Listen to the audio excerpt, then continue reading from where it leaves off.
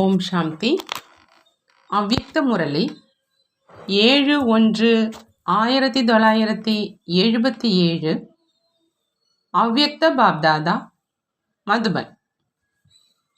விஸ்வ கல்யாணக்காரியாக, அதாவது உலகத்துக்கு நன்மை செய்பவராக எப்படி ஆவது? அனைவரும் சப்தத்திலிருந்து விலகி தன்னுடைய அமைதி சொரூப நிலையில் நிலைத்திருக்கும் அனுபவத்தை வெகு நேரம் செய்ய முடியுமான்னு பாப்தாதா கேட்குறாங்க. சப்தத்தில் வருவதற்கான அனுபவத்தை அதிகம் செய்ய முடியுமா, அல்லது சப்தத்திலிருந்து விலகி இருப்பதற்கான அனுபவத்தை அதிக நேரம் செய்ய முடியுமான்னு கேட்குறாங்க பாபா. எவ்வளவு கடைசி நிலை மற்றும் கர்மாதித் நிலை அருகில் வந்துட்டு இருக்குமோ அந்த அளவு சப்தத்திலிருந்து விலகி அமைதி சொரூபத்தினுடைய நிலை மிக பிரியமானதாக அனுபவமாகும். இந்த நிலையில் எப்பொழுதும் அதீந்திரிய சுகத்தினுடைய அனுபவம் ஏற்படும். அதே அதீந்திரிய சுகம் நிறைந்த நிலை மூலமா அநேக ஆத்மாக்களை சுலபமாகவே ஆவாகனம் செய்ய முடியும். இந்த சக்திசாலியான நிலையை விஸ்வ கல்யாணக்காரி நிலை, அதாவது உலகத்துக்கு நன்மை செய்யும் நிலை அப்படின்னு சொல்றது.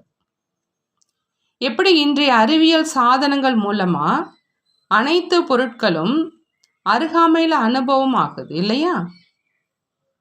தூர இடங்களில் எழும் ஓசையை தொலைபேசியின் சாதனம் மூலமாக அருகில் கேட்க முடியுது.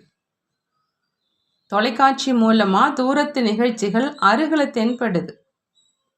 அதே மாதிரி அமைதியினுடைய நிலை மூலமா எவ்வளவு தூரத்தில் இருக்கும் ஆத்மாவுக்கும் செய்தியை சென்றடைய செய்ய முடியுமா அப்படின்னு பாபா கேட்குறாங்க.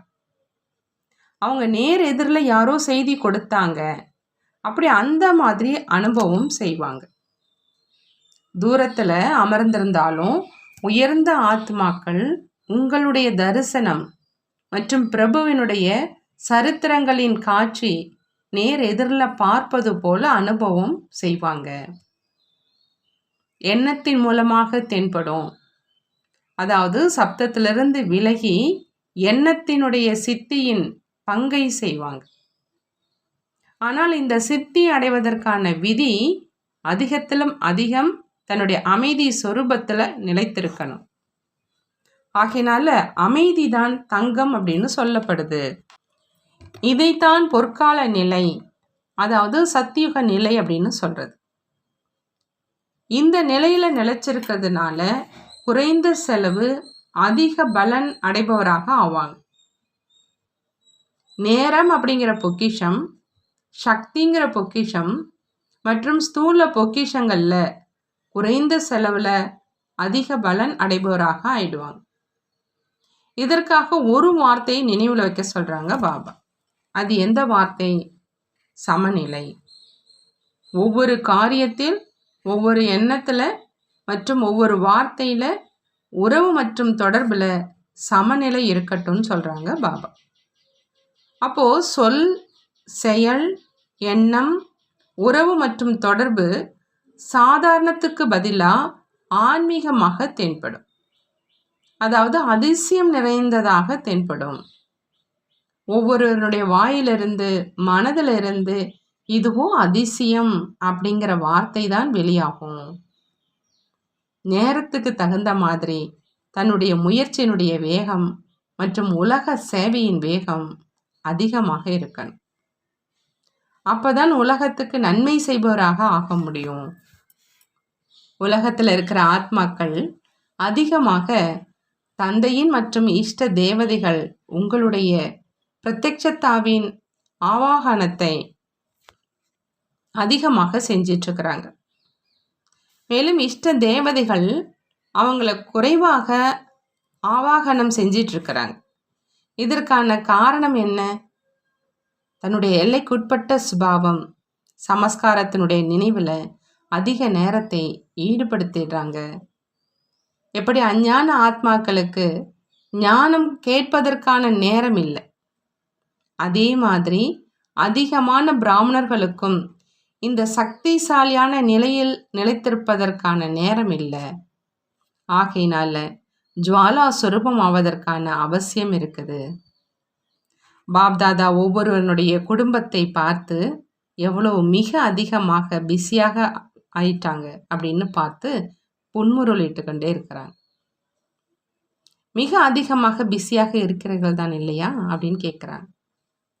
உண்மையான நிலையில் எப்பொழுதுமே ஒரு வேலையும் இல்லாமல் ஃப்ரீயாக இருப்பீங்க. வெற்றியும் இருக்கும், மேலும் ஃப்ரீயாகவும் இருப்பீங்க. எப்படி அறிவியலினுடைய சாதனம் பூமியில் அமர்ந்துக்கிட்டு ஆகாயத்தில் சென்றிருக்கும் இயந்திரங்களை கட்டுப்படுத்த முடியுது. எப்படி விரும்புகிறாங்களோ, எங்கு விரும்புகிறாங்களோ அங்கே திருப்ப முடியும். அதே மாதிரி அமைதியினுடைய சக்தி சொரூபம் இந்த சாக்கார உலகத்தில் உயர்ந்த எண்ணத்தின் ஆதாரத்தினால என்ன சேவை செய்ய விரும்புகிறீங்களோ, எந்த ஆத்மாவின் சேவை செய்ய விரும்புகிறீங்களோ அதை செய்ய முடியாதா? ஆனால் அவரவர்களுடைய குடும்பத்திலிருந்து விலகி, அதாவது விலகியவராகவும் இருங்கன்னு சொல்கிறாங்க பாபா. அனைத்து கஜானாக்கள் என்னென்ன சொன்னமோ அவற்றை தனக்காக இல்லாமல் உலக நன்மை காரியத்துக்காக உபயோகப்படுத்துங்க. இப்போ என்ன செய்யணும் அப்படின்னு புரிஞ்சுக்கிட்டீங்களான்னு பாபா கேட்குறாங்க. சப்தம் மூலம் சேவை, ஸ்தூல சாதனங்கள் மூலமான சேவை மற்றும் சப்தத்திலிருந்து விலகிய சூட்சம சாதனம் எண்ணத்தினுடைய உயர்ந்த நிலை மற்றும் எண்ணத்தினுடைய சக்தி மூலமாக சேவையின் சமநிலையை பிரத்யட்ச ரூபத்தில் காண்பீங்க. அப்போதான் விநாச முரசு ஒலிக்கும். திட்டங்களை அதிகமாக உருவாக்கிட்டு இருக்கீங்க. பாப்தாதாவும் திட்டத்தை சொல்கிறாங்க. சமநிலை சரியாக இல்லாத காரணத்தினால அதிகமாக உழைக்க வேண்டியதாக இருக்குது. முக்கியமான காரியத்துக்கு பிறகு ஓய்வும் எடுக்கிறீங்க இல்லையா? கடைசி திட்டத்தில் களைப்பற்ற நிலையினுடைய அனுபவம் செய்வீங்க. நல்லது.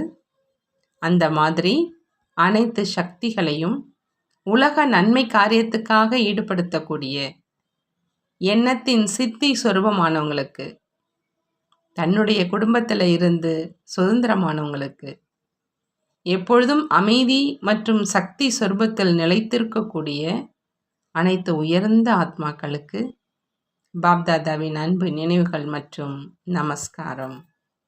நாமும் நம்மளுடைய பாப்தாதாவுக்கு அன்பு நினைவுகள் மற்றும் நமஸ்காரம் செய்வோம். நல்லது. டீச்சர்களுடன் பாப்தாதாவின் தனிப்பட்ட சந்திப்பு. பாப்தாதா சொல்கிறாங்க, டீச்சர்கள் அப்படின்னா சேவாதாரி அப்படின்னு. சேவையில் வெற்றிக்கான முக்கிய சாதனம் தியாகம் மற்றும் தபஸ்யா. இரண்டிலிருந்து ஏதாவது ஒன்றினுடைய குறை இருந்தால் கூட சேவையின் வெற்றியிலும் இந்த அளவு சதவீதம் குறைஞ்சிரும் பாபா சொல்கிறாங்க. தியாகம் அப்படின்னா மனதில் எழும் எண்ணத்தில் இருந்தும் தியாகம். சூழ்நிலை காரணமா அல்லது மரியாதையின் காரணமா நிர்பந்தத்தில் வெளிப்படையாக தியாகமும் செஞ்சிடுறாங்க. இருந்தாலும் எண்ணத்தினால் தியாகம் செய்யலை. தியாகம் அப்படின்னா நிர்பந்தம் இல்லாமல் ஞான சொரூபத்தினால எண்ணத்தில் இருந்தும் தியாகம். அந்த மாதிரி தியாகி மற்றும் தபஸ்வி அப்படின்னா எப்பொழுதும் தந்தையினுடைய அன்பில் ஐக்கியமாகி அன்பு கடலில் மூழ்கி இருக்கக்கூடிய ஞானம், ஆனந்தம், சுகம், அமைதியின் கடலில் மூழ்கி இருப்பவரைத்தான் தபஸ்வி அப்படின்னு சொல்லுவோம். அந்த மாதிரி தியாகம் தபஸ்யா உள்ளவங்க தான் சேவாதாரின்னு சொல்லப்படுறாங்க.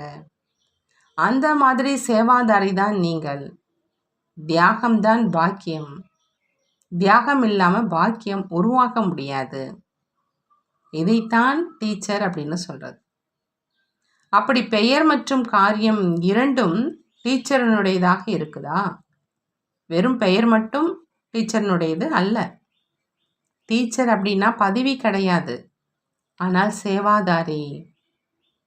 டீச்சர்கள் அப்படின்னா அனைவர்களுக்கும் பதவியை கொடுப்பவரை அன்றி பதவி வகிப்பவர் அப்படின்னு புரிஞ்சு அதில் தன்னை பெயருக்கு ஆசிரியர் அப்படின்னு புரிந்து கொள்பவர் அல்ல. எப்படி கொடுப்பது அப்படின்னா கொடுப்பது அல்ல, ஆனால் பெறுவது அப்படின்னு சொல்லப்படுது இல்லையா? அதே மாதிரி டீச்சர் தன்னுடைய பதவியை தியாகம் செய்கிறாங்க அப்படின்னா இதுவே பாக்கியத்தை பெறுவதாகும். நல்லது. வரதானம். சாரதியாகி, அதாவது ஓட்டுநராகி, விலகிய மற்றும் அன்பான நிலையின் அனுபவம் செய்விக்கக்கூடிய நம்பர் 1 சித்தி சொரூபமானவர் ஆகுக. நம்பர் 1 சித்தி சொரூபமானவராக ஆகணும் அப்படின்னா ஓட்டுநராக ஆகி விலகிய மற்றும் அன்பான நிலையினுடைய அனுபவம் செய்விக்கணும்னு சொல்கிறாங்க பாபா. பாபா சொல்கிறாங்க, சாரதி அப்படின்னா ஆத்ம அபிமானி. சாரதி அப்படின்னா ஆத்ம அபிமானி. இந்த விதி மூலமாக பிரம்ம பாபா நம்பர் 1 சித்தியை அடைந்தார். எப்படி தந்தை உடலை அடிமைப்படுத்தி பிரவேசம் செய்கிறார், சாரதி ஆகிறார், உடலின் அடிமையாக ஆகிறது கிடையாது. ஆகையினால விலகிய மற்றும் அன்பானவராக இருக்கிறார். அதே மாதிரியே பிராமண ஆத்மாக்கள் நீங்களும் தந்தைக்கு சமமான சாரதியினுடைய நிலையில இருங்க. ஆகையினால போகும்போதும் வரும் பொழுதும் நான் சாரதி, அதாவது உடலை இயக்குபவன், விலகிய மற்றும் அன்பான நிலையில் நிலைத்திருக்கின்றேனா அப்படிங்கிற இதை சோதனை செய்யுங்கன்னு பாபா சொல்கிறாங்க. இதன் மூலமாகத்தான் நம்பர் 1 சித்தி சொரூபம் ஆயிடுவீங்கிறாங்க. ஸ்லோகன். தந்தையின் கட்டளைப்படி நடப்பவராக இருந்தீங்க அப்படின்னா குப்தமான ஆசீர்வாதங்கள் தேவையான நேரத்தில் உதவி செஞ்சுக்கிட்டே இருக்கும். தந்தையின் கட்டளைப்படி நடப்பவராக இருந்தீங்க அப்படின்னா குப்தமான ஆசீர்வாதங்கள் தேவையான நேரத்தில் உதவி செஞ்சுக்கிட்டே இருக்கும் பாபா சொல்கிறாங்க. நல்லது. ஓம் சாந்தி. நன்றி பாபா, நன்றி.